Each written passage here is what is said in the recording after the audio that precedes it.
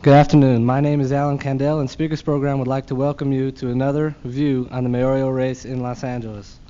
First, a short announcement. On Wednesday, March 7th of next week, we'll be having a political forum where most of the major candidates for the race of mayor will be here, and you'll be able to ask questions to all the candidates there at the same time. Today's candidate is a former police chief and news broadcaster in our fair city of Los Angeles. He has been described by a coworker as a multi-issue candidate, speaking out on many issues and attacking Mayor Yorty's plans and his positions in our city government. He's a familiar face to almost everybody in Los Angeles. Please give a warm reception for Tom Reddin.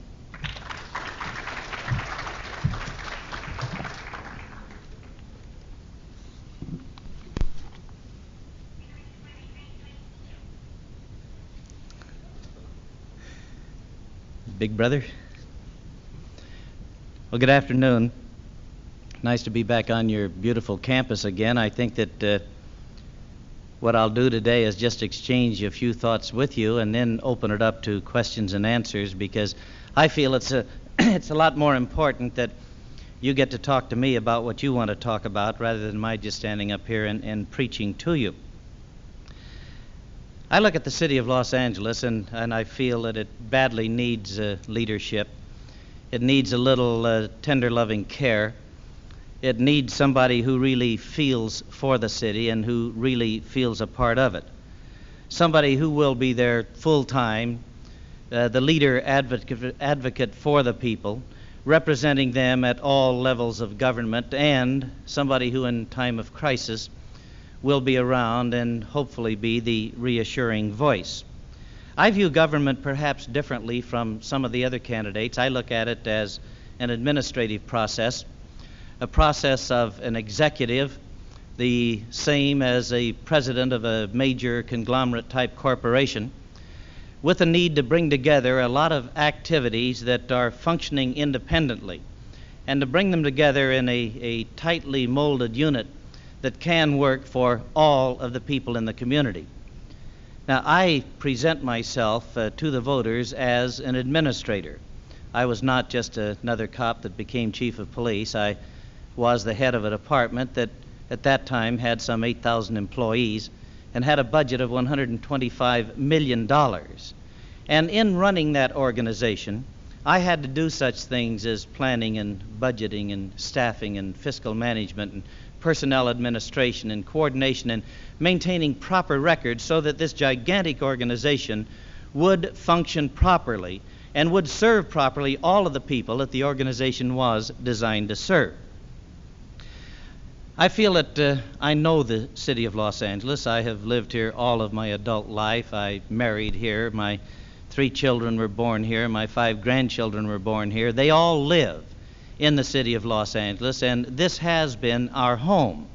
Now, in the period of my adult life, I spent over 28 years in government service, and I worked the streets of this city, and I walked beats, and I was down the alleys, and I was in the ghettos and the barrios, and I also, over the years, have been in the executive suites.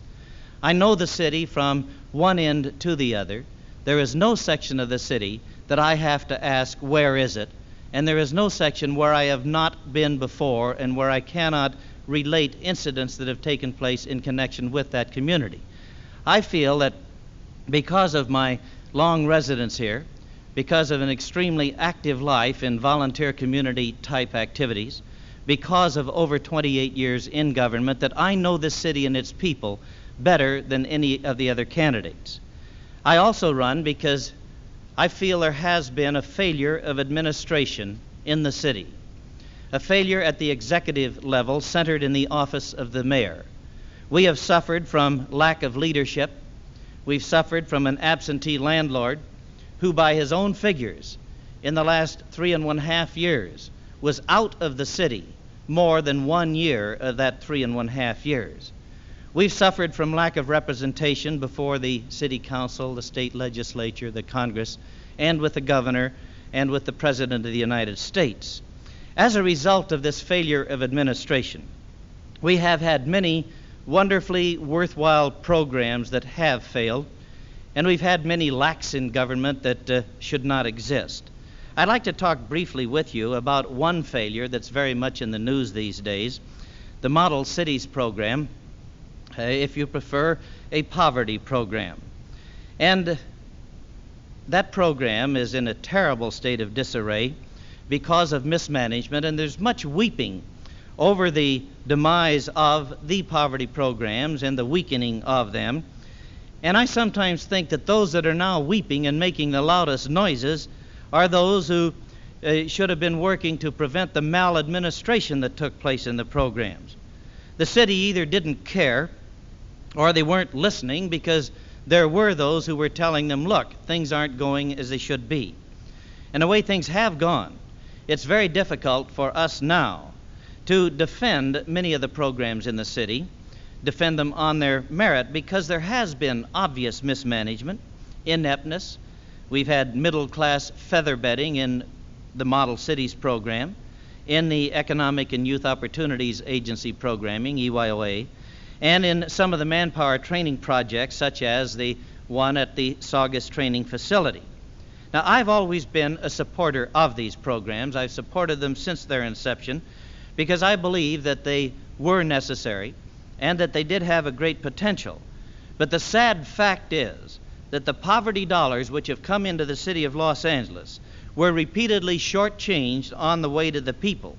And what we need is some kind of a watchdog operation that will see what's going on in the programs and bring the pressure to bear on the elected representatives to make those programs function properly. In addition to being critical of the Model Cities program management, I would point out that recently, within the last week, there was a national cutback in Model Cities, which Los Angeles got. But in addition, we were penalized for having been inept and for our mismanagement. Now, I wonder, doesn't it tell you something that the city was cut back more than 50% and the county was cut back only 10%? In the letter which the United States Department of Housing and Urban Affairs sent to the County of Los Angeles, praised them for their past performance, and then in the city's letter, it contained no praise, but took away considerably more money, percentage-wise, than was taken away from the county. Now, the blame for this can only be placed one place, and that's directly in the office of the mayor, where an agency known as the City Demonstration Agency is housed. The federal government provided the mayor's office with the CDA, and that staff has grown to over 250 employees. And even with 250 employees, the program has never been in compliance with the federal regulations. My feeling is that qualified leadership, dedicated leadership, could have made that program work. And if that had happened, I doubt that the president would be dismantling our programs to a greater extent than he is the others. I listened to the explanations, and I find totally unacceptable the published explanation of just today that top City Hall officials said that they were in the dark as to the total amounts of funds involved in federal impounds affecting local programs. They don't know the dollars involved in the local programs. Where the impounds are concerned, that's inconceivable that that could exist. And the failure to identify and itemize the local funds is another indictment of the Yorty administration and the stewardship that this program is receiving from his deputy mayor, Joe Quinn, who is the chairman of the City Demonstration Agency Board. And that board is a key body which approves all of the Model Cities projects and which does the hiring. I think we have to be skeptical of what the various officials claim, and I think we should ask them some questions. Ask them, where are the houses you were supposed to build? Where are the child care centers, the senior citizen centers, the park facilities? Ask them how many young people were really trained, how many adults were retrained for available work. The simple fact is that there's very little to show for a 2-year program, and the arithmetic goes like this. The first year, we received a $26.3 million grant, and it was supposed to be renewed every year.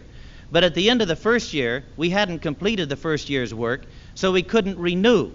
And then we kept getting extensions, and now on the 1st of May, it will have been 2 years, and we still haven't completed the first year's work. This is pure and simply mismanagement.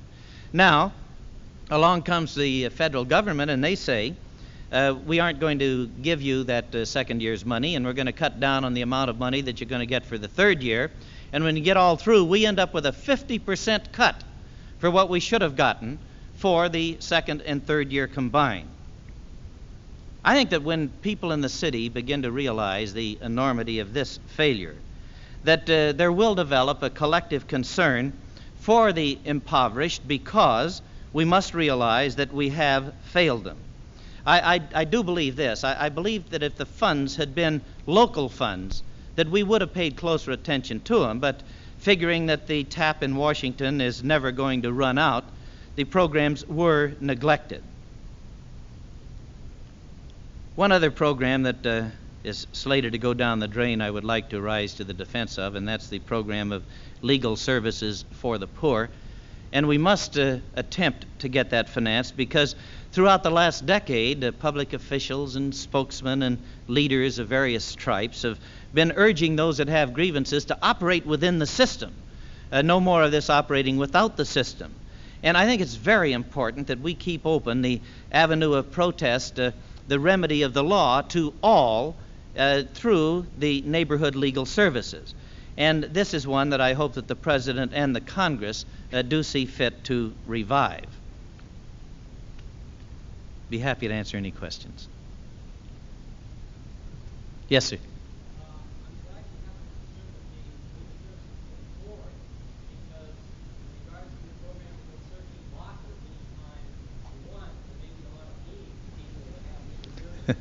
I didn't say search lockers anytime you want. I said search lockers where needed and as needed. And I did check the legality of that prior to the time that I made the suggestion. I checked the legality with the Attorney General, the District Attorney, and the County Council. And the County Council told the Board of Education that it was a perfectly legal operation on their part, and it was an authority that they always had. Now, let me explain my rationale. In addition to that, I talked about other types of programming which did not make the press, the search being the sensational portion of it. The problem of the moment was that there were guns on school grounds, and there was violence taking place on school grounds, and the question was, how are we going to stop it? Now, removing the weapons from the school grounds and making it more difficult for them to arrive there is one way, and I recommended searches where needed and as needed to discover the weapons and to remove them from the campuses. I likened that in my discussions with the officials to the fact that when you take an airplane trip, you're searched. When you go into the federal building, the federal courts building, the police building, you're searched. And I wonder really what is the difference in that type of search and the search where the lockers are concerned. I repeat, I did not say search them all the time and just be constantly going through them, which, however, the County Council did say the school board already had that power and they could have been using it all the time. All they did was just reaffirm their policy and issued some guidelines. And I still feel it was a good suggestion. Yes.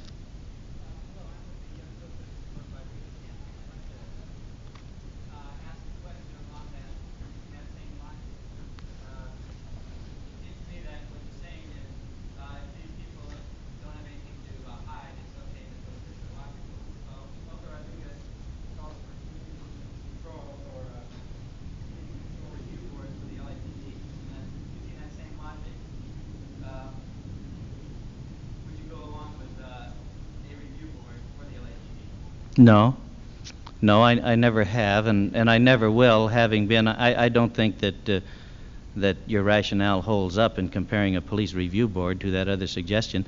I would point out that as a policeman, my locker was searched and my person was searched as needed in connection with investigations of activities on the department. And when I was in the military, my locker was searched, and I didn't take great exception to it, but basic to the community control concept or the review board, I oppose it.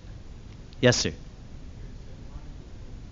Yes, a police agency is paramilitary in scope, and the leadership of the agency is placed in a man, and that man has the responsibility for the discipline and the direction and the control of the people under his command. And if you take the right to discipline away, you take one of the greatest powers that he has to direct and control. And it would be inconceivable to me, having been a leader, to not have the right to discipline along with the other rights that go with command. Yes?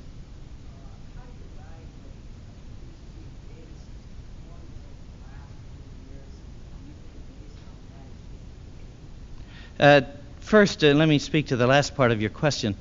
A chief of police can only be removed for specific causes as outlined in the city charter. He cannot be removed just by a change of administration. So anybody who stands up here and says, I'm going to fire him, or who stands up here and says, I'm going to keep him, either doesn't understand what the law says or is using whatever he feels might be in connection with that office for his own personal benefit. So Davis would stay unless he committed offenses within the city charter restrictions. Now, in evaluating performance, you evaluate performance in different ways, so let me come in from two different ways. I think there's a tendency to evaluate Davis on the basis of what he says as opposed to what he does. Davis uses the verbal overkill. He really goes a long way to make a point. Example, wheel the hangman's platform up alongside the plane and run in a courtroom and try him and hang him on a spot. And then 2-3 days later, when he was asked to comment on it again, he said, well, how can anybody be against speedy justice? Verbal overkill. Insofar as performance is concerned, now, there are a number of measurable indices by which police efficiency is supposed to be measurable. And all of these indices make the department look good under the leadership it has now. The crime rate is on a downward trend. The complaints are going down. Recruitment is going up. The clearance of cases in connection with crimes being committed is stable. And the indices of performance are all high. So don't judge him only by what he says. Judge him by results as well. Yes?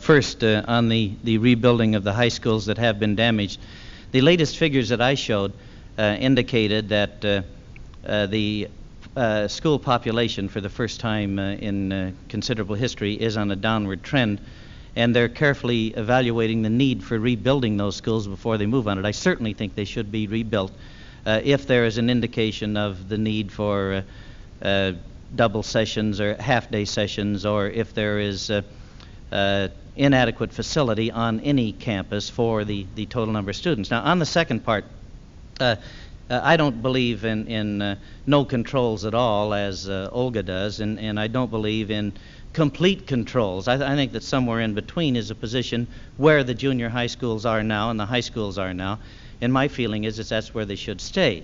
They do have outside speakers on campus. They do have visiting lectures to classroom. They do have high school publications. It's a question of where do you draw a line on what is right and what's wrong, and the Board of Education has drawn some lines, as I think they should. Yes?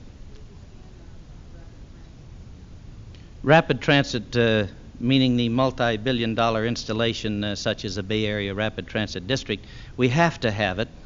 And the problem of rapid transit is no longer separable from the problem of the environment, particularly where smog and noise pollution are concerned. Secondarily, where congestion, frayed nerves, and inability to get around the city are concerned, leading to a deterioration of our quality of life. The rapid transit is something that is a long way down the pike, but we should be moving rapidly right now on rapid transit. It would be perhaps 1985 before we had anything that really resembled a rapid transit system. Okay, I favor it. Financing. We've got to break the highway trust lobby in Sacramento and turn some of that money around into rapid transit instead of all of it going into highways. We have to support what President Nixon has proposed, where he's going to turn $1 billion of federal highway funds back to cities for rapid transit. We have to put together a program that the people might buy this time on a funding program for the local funds to be used to get the matching federal funds to build the rapid transit system. Meanwhile, we have to improve our present method of transportation through getting more people into fewer vehicles and moving them more easily about the city. In this morning's paper, I had a rather lengthy article covering what was referred to as an 11-point program to improve things now, in addition to looking down to the road to the rapid transit. Yes, sir. I've opposed it from the beginning. I think it's an abomination. I think it was an unholy alliance between City Hall and Occidental Oil Company. I've been to the scene. I've looked at the locales where they propose to drill. I've talked to the residents. I have read every file available on it, and I find nothing to justify what Occidental is doing at the Palisades. Yes, sir.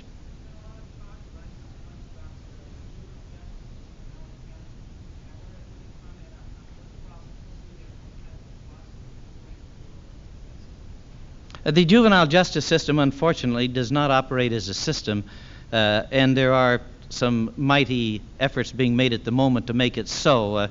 The sheriff and the chief of police and the head of probation and the presiding judge of the court and all the concerned governmental agencies, superintendents of schools, have been in a series of meetings going back weeks trying to determine what can be done with the system. Obviously, some change has to be made, particularly as the system relates to crimes of violence, because we have a series of violent crimes among young people that far exceed anything that we have ever had in the past. Now, I have several criticisms of the existing system. I do not believe in plea bargaining for juveniles in criminal cases before the juvenile court. I feel that in plea bargaining cases, the judge never really hears the facts of the case, and he ends up making his finding without really knowing how serious the offense was that he's making the finding on. So I am against plea bargaining. Now, I realize that that's going to take more judges to eliminate plea bargaining in juvenile court, but I say we should have more judges, or utilize the commissioner concept more if we have to, so that each does get a full hearing. I believe that since the Galt decision, where the juvenile has been given the same protections as adults in criminal court trials, that we have seen the courts at the local level not really adjust to it as rapidly as they should have. For example, the district attorney currently is asking for more deputies to work in juvenile courts so that the deputies can be better prepared in the cases instead of having the tremendous overloads that they have, and so that the deputies can present the side of those who are filing the complaint against the juvenile. I'm against the probation subsidy system. I feel that a system which takes a young person who is, where juveniles are concerned, a system that takes a young person who has committed violent crimes and puts him right back into the culture that caused his problem in the first place is not being fair to that young person. I would say take the same amount of money and improve the institutions we have, give them psychological counselors, vocational guidance, give them every bit of opportunity possible to be rehabilitated before such time as they are sent back into the community again. Under the present system, which really reads very well, we must recognize that it just isn't working. And when something isn't working, we should not keep giving it another chance. We should think perhaps of changing. I think we should go back to putting the youthful criminal into a camp or a training center or some type of an institution where we at least have a chance of rehabilitating him, which I think is fairer to him and it's fairer to the community. Now, in the final analysis, even if the rehabilitative efforts fail, for the time that he has been confined, we have tried. And for the time he's been confined, he has not been on the streets, perhaps leading other young people into the same type of criminal activity or committing crimes himself. So I oppose that. These are the two major things in this, three major things in the system that I'm critical of. Yes, sir. I'm sorry, I didn't hear you.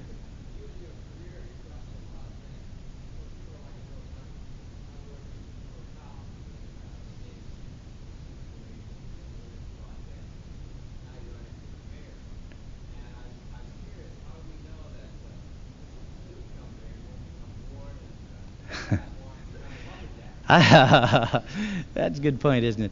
I had 3 jobs in 31 years, by the way.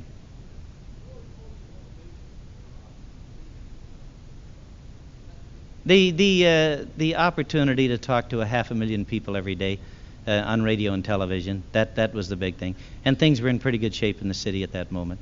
But the big thing was for communication purposes.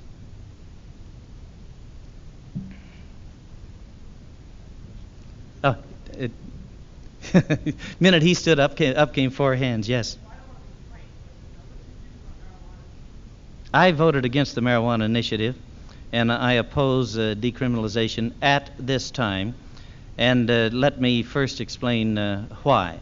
I have always said, historically, that when the National Institute of Mental Health, the federal government, had a study that really covered the field and it made its final reports, that I would accept whatever that study says. Well, that study is about 6 months down the pike, and my assumption is that it is going to say decriminalize certain aspects of marijuana use. And I won't fight with it. Now, to explain my background in this area, in 1968, before it was really very stylish to be talking about lessening penalties for marijuana, there was a law that was passed by the legislature which made the possession of marijuana felony or misdemeanor at the discretion of the courts. That was my law. And Evel Younger, who was then DA of LA County, and I were the two that pushed that law through our colleagues, and later it was adopted by the legislature. Just to illustrate that I'm not a real hard nose on the issue, my concern is that, and I've read everything that the National Institute has put out so far, and they still have concerns. Well, I want to wait until they erase those concerns, and it appears they're going to, and that'll settle it. Pardon me? I'm sorry.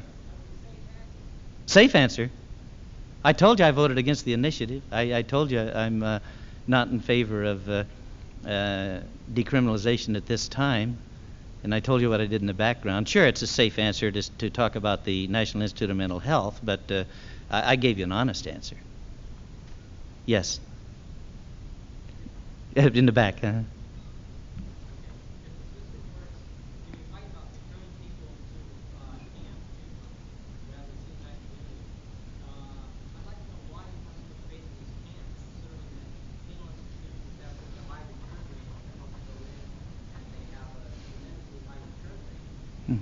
Along with that, I did suggest that we improve the situation within those institutions. I do think they could be made a lot better, and the failure rate in the institutions really is just about directly comparable to the failure rate on the streets. The failure rate on the streets is a little heavier. By staffing with the people that I mentioned earlier, the vocational guidance counselor, the psychological counselor, the type of individuals that can work with the person on a regular basis and really try to treat what it is that's troubling him, as opposed to just custodial officers with their make-busy recreational activities or whatever they have. Higher level personnel. Yes.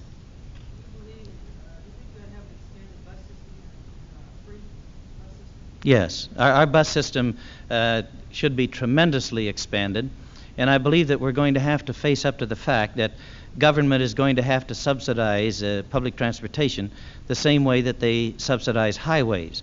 Now, I don't go for a free bus system in its totality. I have recommended free buses for the senior citizens and other than the non-peak hours.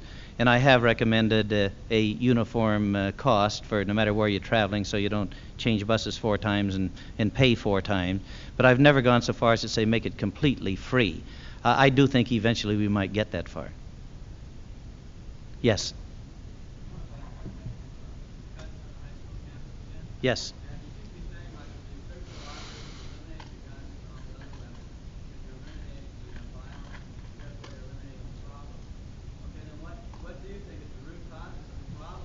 No, I hope I wasn't saying that you eliminated the problem, because certainly you don't. Just by removing the weapons does absolutely nothing about the problem. The root causes are all of those things that, generally speaking, are very closely tied to poverty, whether it be economic deprivation, lack of employment, poor housing conditions, lack of recreation facilities, the depressing aspect of ghetto life.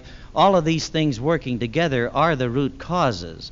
And unfortunately, it is in the areas where most of these exist to the highest degree where the violence on campus and the crime rate is the highest, illustrating that the sociologists are right when they say that poverty, in the simplest terms, does breed crime. Poverty and everything that travels with it definitely does. And certainly you have to be working on the causes and the cures of those causes at all times. That's an ongoing program. I said that when I appeared before the Board of Education. I say it every time I'm out publicly. And at the same time, you have to be thinking in terms of long-range programs. Where are you going to be 5, 10, 20, 30 years from now when your kids are here sitting, listening to somebody talking to them? We have that concern too.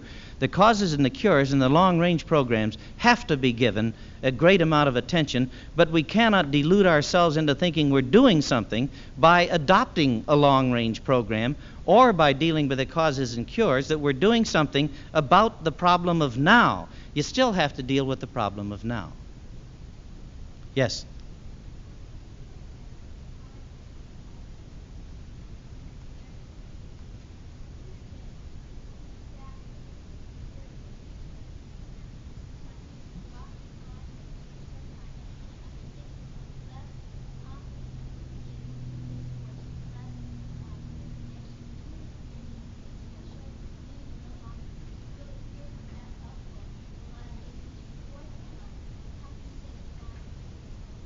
I think that you might have engaged in an oversimplification there by, in effect, you say the crime rate is the fault of the police, and it's not.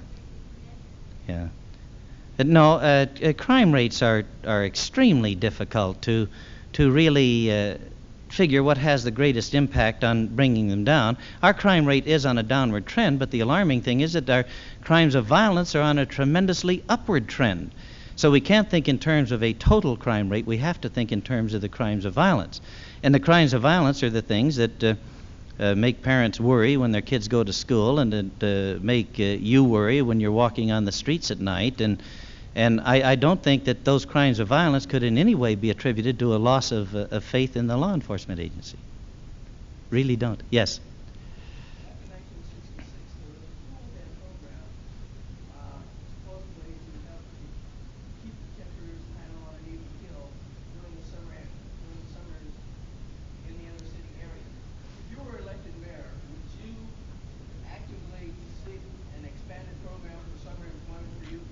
Oh, certainly. As a matter of fact, I like the Cool Head program. That was Evel Younger's program, by the way, when he was DA. It was a good program. And you may have read that one of the large chunks of money that we lost was in the area of summer employment for young people. And it's a shame that we've lost that money. I just looked at my watch, and I find it's getting near the hour when I was told Oh, no, I'm fine. 52 is what they said. They said 12:52, and there's about 4 more minutes left. Yes? Censorship? I oppose censorship. I think that what was done too far was wrong. I do not like. Matter of fact, I donated to Farr's defense. Oh, I think that the rules there are being written by the courts, and we should not waste any time attempting to impose local censorship regulations. Let's see what the law says and operate with what the courts say and operate within that framework. Oh, I don't feel there's anything the city can do on it now. I think that except for the most recent decision that there is no need for censorship because the courts have said there's nothing wrong with it. That's the way I feel. There is no need for it because the courts have said there's nothing wrong with behavior. The only type of thing that recently the Supreme Court has said is bad was the sex acts on stage in a location where food was served and drinks were served. And that's the only thing that currently apparently is forbidden. So why worry about censorship? See, the thing is that it's been taken care of.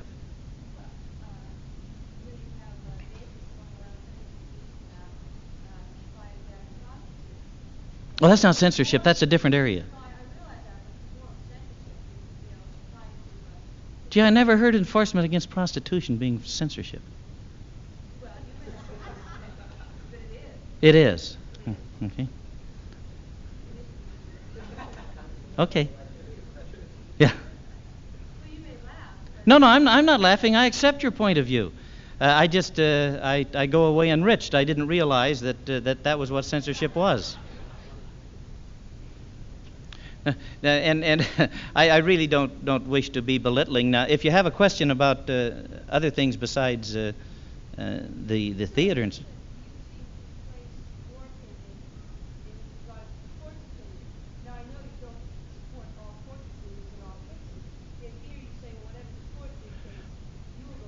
whatever the court dictates in any case, I'll go along with. That shows you what kind of a square I am. Yes.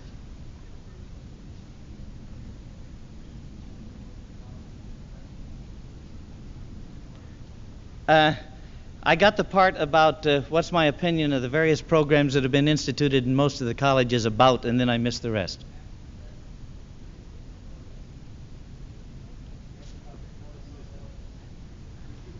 Oh, to recruit minorities, I believe in them. I believe in the matter of fact, the accelerated learning programs to prepare the disadvantaged for entrance into universities. I strongly support, and I strongly support actively seeking out minorities for entrance into any university.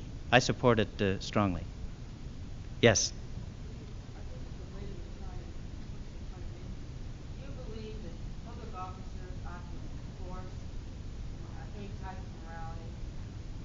No, I don't think that public officers are in the position of enforcing morality. I think they're in the position of enforcing the law.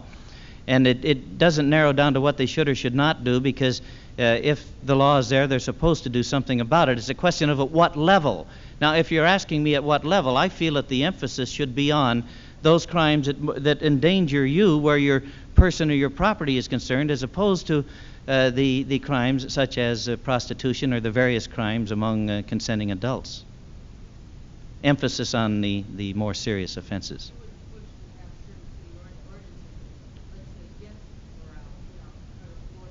Well, the problem is that this type this type law is not city ordinance; it's state law. Now, the state has gradually preempted one field after another.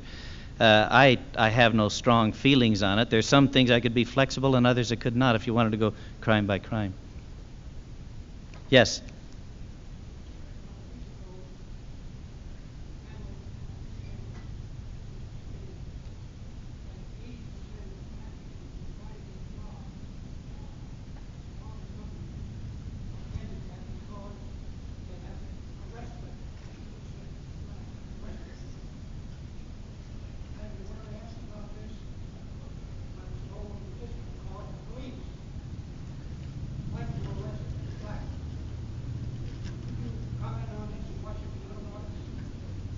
Well, I'd certainly like to feel that the police don't like to arrest anybody, no matter what color that they might be. I think it's wrong that an individual be denied a job on the basis of an arrest record, if that arrest record has nothing to do with his capability to do the job, or if it were in such an area that that would be a critical factor where the job is concerned. I approved the hiring of policemen with arrest records when I was chief of police. I just don't think that that's the only criteria. It's the facts of the case and how much time has passed and what job is he trying to get. Yes.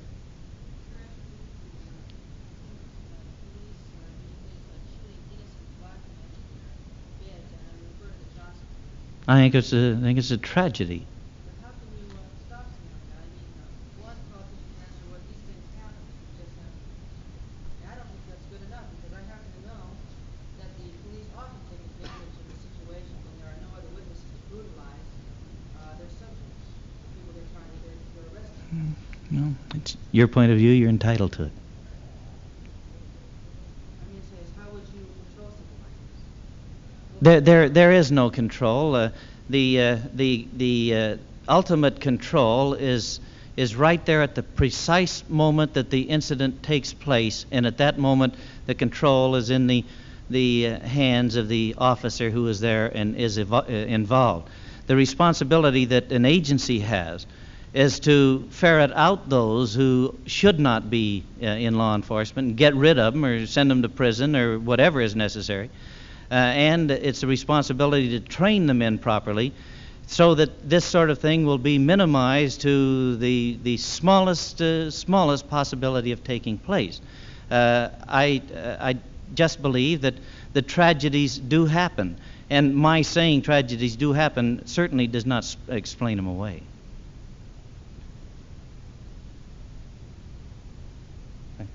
Well, thank you very much.